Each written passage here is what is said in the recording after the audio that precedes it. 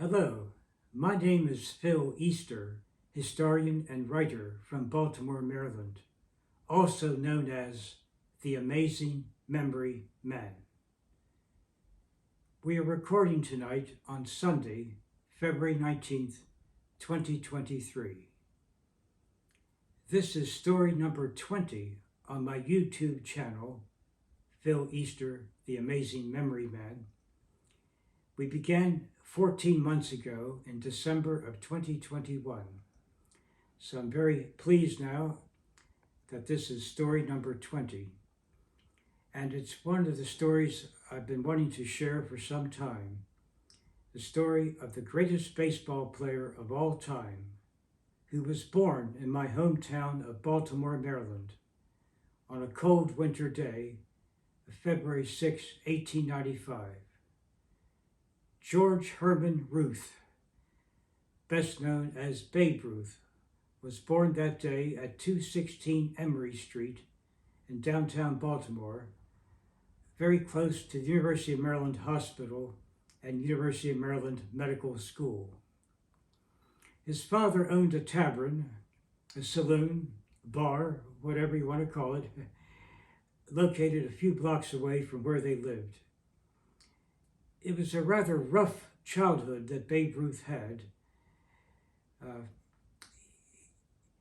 He hung out at that bar often, and some of the men that hang out there were rather tough guys, and he learned some bad language and was up to some little tricks and all, doing mischievous things that even when he was a young child. And his parents finally actually sent him to a special school called St. Mary's Industrial School.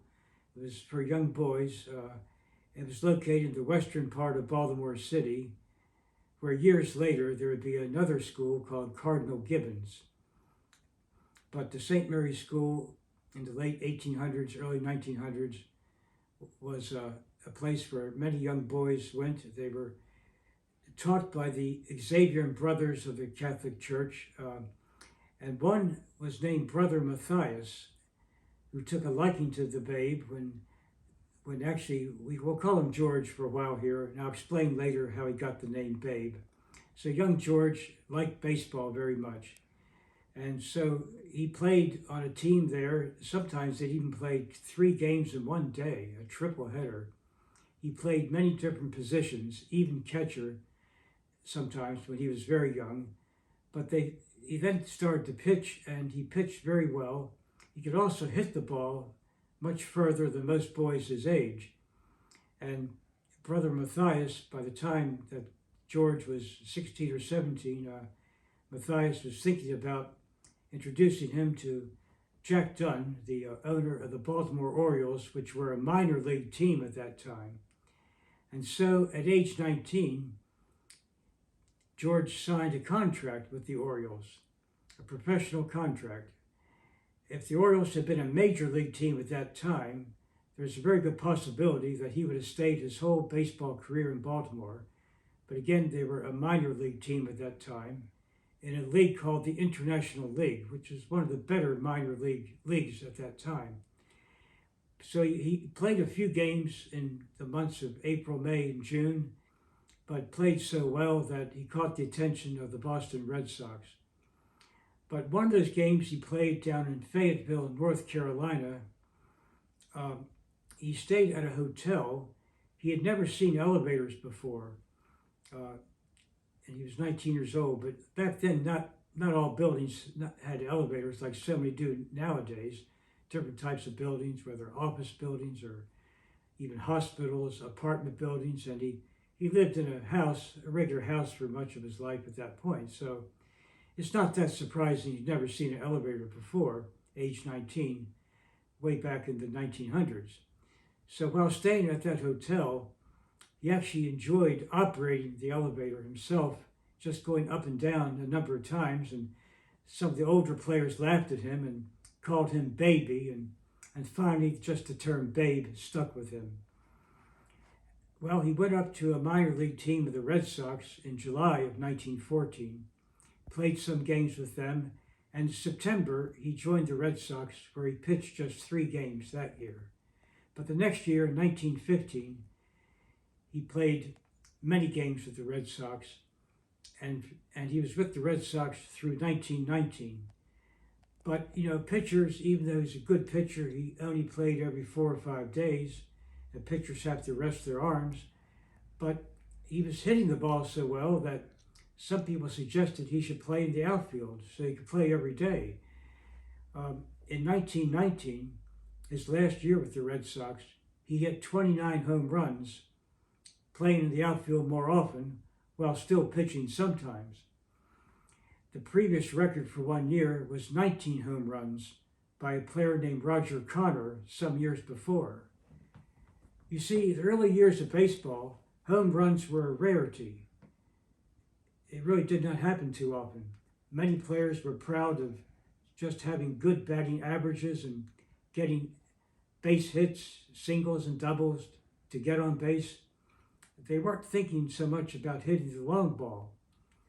But when Babe Ruth hit 29 home runs in 1919 and broke the previous record by 10, that caught the attention of many sports writers and managers of other teams around the country.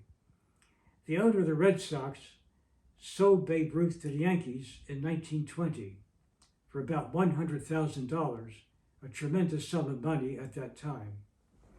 And so, in the 1920 season, he played with the Yankees, and incredibly, he hit not just 30-some or 40-some home runs, he hit 54 home runs that year, shattering his own record.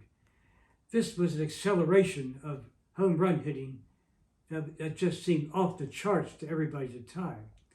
In 1 year, he hit more home runs than some teams of 25 players together.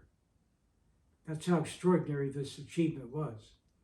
And he had very high batting averages too, well over 300.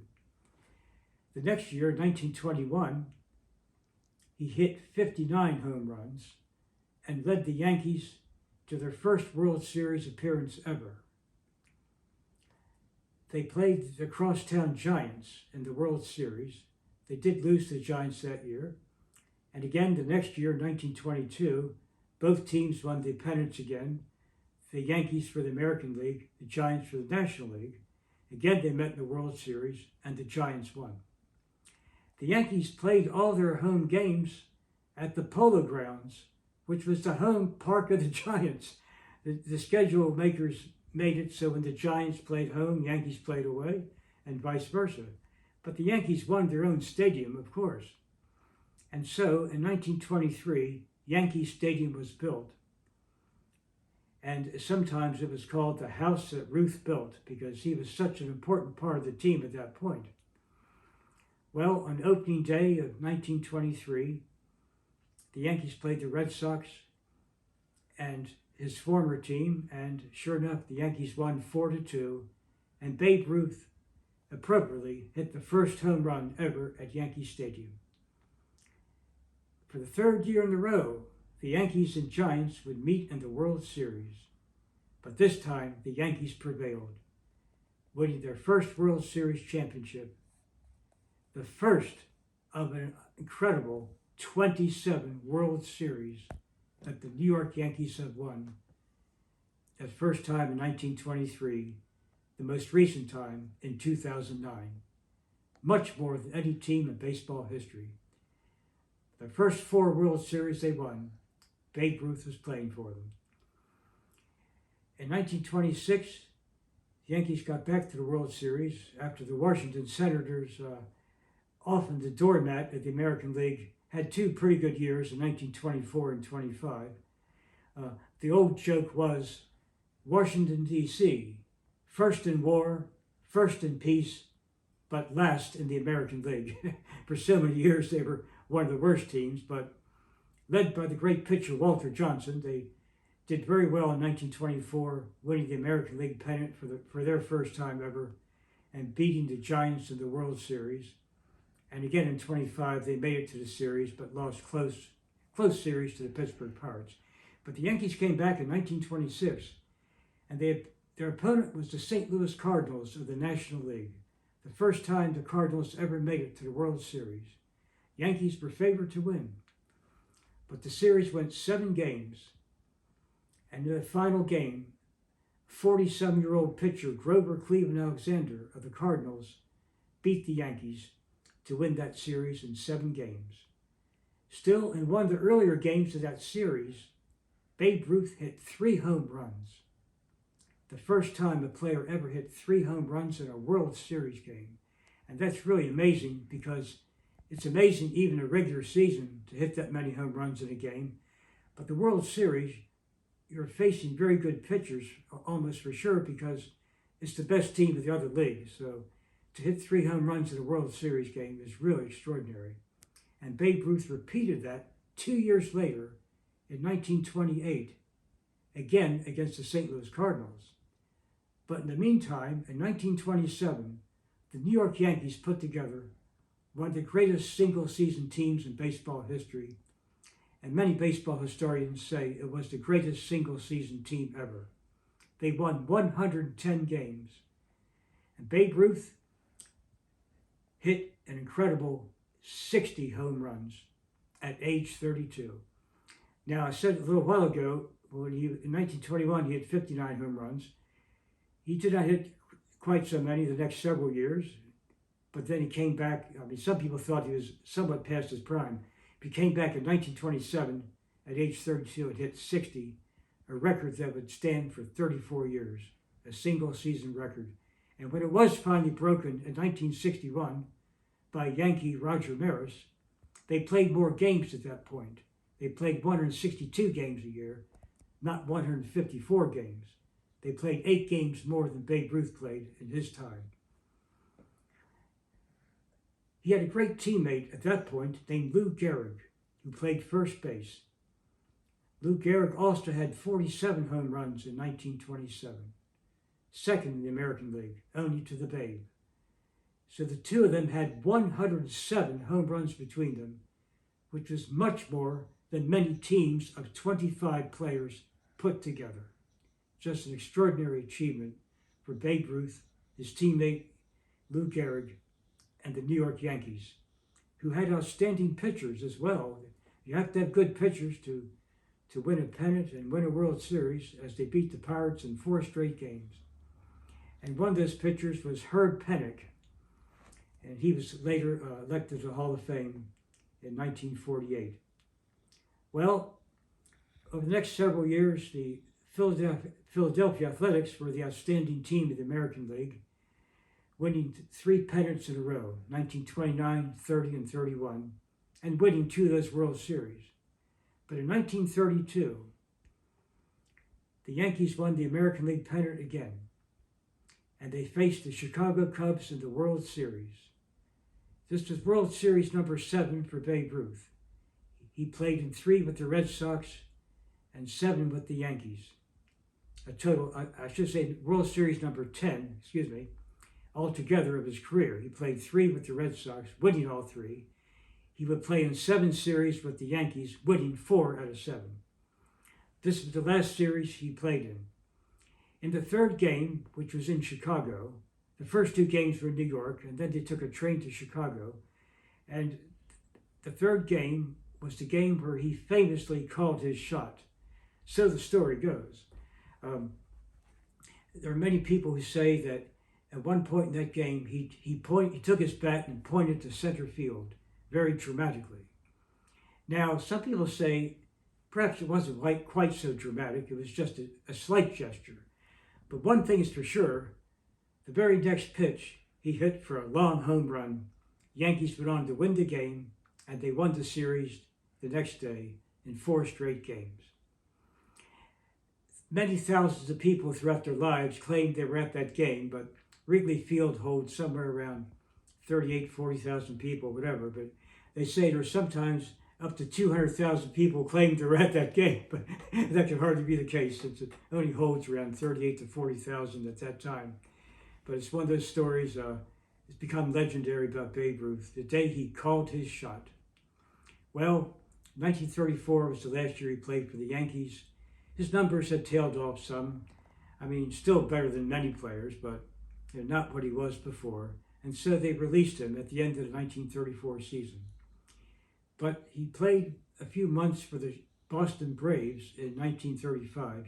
He was planning to play the whole year there, but unfortunately, on May 30th, Memorial Day that year, in a scheduled doubleheader in Philadelphia, he came to bat in the bottom of the first inning. He struck out, and then in the next inning, he injured himself in right field, and he never played again. That was his last game. But just a few days before, on May 25th, 1935, he still had a very good game where he hit, at the age of 40, he hit 3 home runs in one game. Still the only player in baseball history to ever hit 3 home runs in a game at age 40. That was in Pittsburgh. The Braves played the Pittsburgh Pirates in Pittsburgh at the old Forbes Field. And some of the old timers say the last home run he ever hit was the longest they'd ever seen in Forbes Field. May 25th, 1935. That was the day. And here's something interesting also in sports history that many people probably don't know. On that very same day, in the state of Michigan, at a college track meet, the Big Ten college track meet of that year, a young 23-year-old athlete by the name of Jesse Owens set 3 world records and tied another in a space of 45 minutes. The next year, 1936, Jesse Owens represented the United States at the famous Berlin Olympics, where he won 4 gold medals, one of the greatest Olympic champions of all time.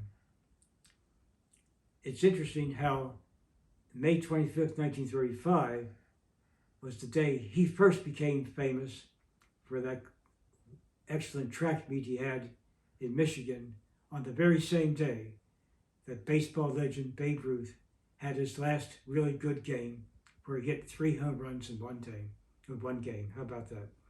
The end of a great career of one athlete and the beginning of a great career of another athlete on that exact day, May 25th, 1935. Well, Babe Ruth wanted to manage some team, but he never got the chance to do that. Somehow he coached. He was a coach for the Dodgers for a short time after he stopped playing baseball, but he never got the top job to be manager of a team, and that was a disappointment to him. During his baseball career, he did things to excess. He ate a lot, drank a lot, and he smoked cigars. And unfortunately, it did catch up to him in his retirement.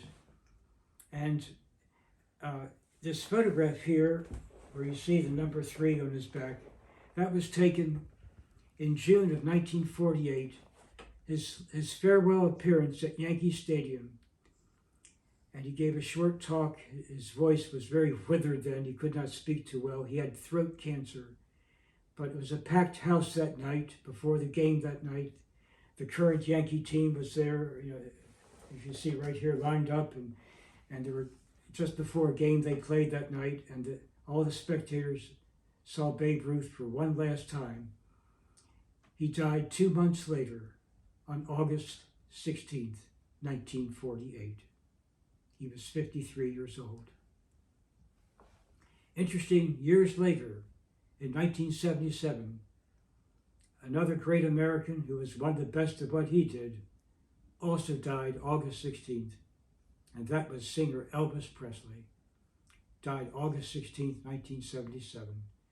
I think it'd be safely said Babe Ruth and Elvis Presley were both American institutions, really, among the best who ever did what their respective occupations. And I really believe Babe Ruth is the greatest baseball player of all time, even though some of his records have been broken. But considering he was a great pitcher for 5 or 6 years, and then a very great hitter, the 2 basic components of baseball, pitching and hitting, no one did both of those like Babe Ruth. 2 other players have hit more home runs over the years. Hank Aaron did hit 755 total home runs, 41 more than Babe Ruth.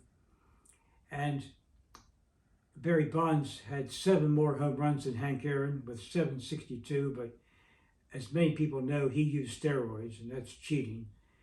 Hank Aaron, a very great player also, uh, did hit, as I say, 41 more home runs, but both he and Barry Bonds came to bat somewhere around 10,000 times in their career. Babe Ruth came to bat about 8,000 times. So those two other players came to bat 2,000 some times more and hit 40 to 50 some more home runs. No one ever hit home runs more often than Babe Ruth. For the times he came to bat, he hit a home run about once in every 11.8 times at bat, a little under every 12 times at bat.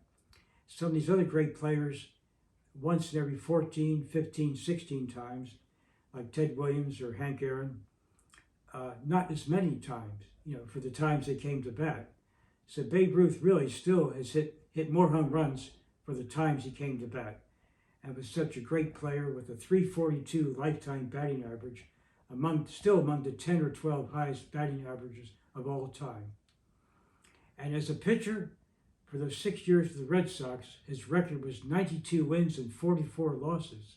So he won a little more than twice as many games as he lost.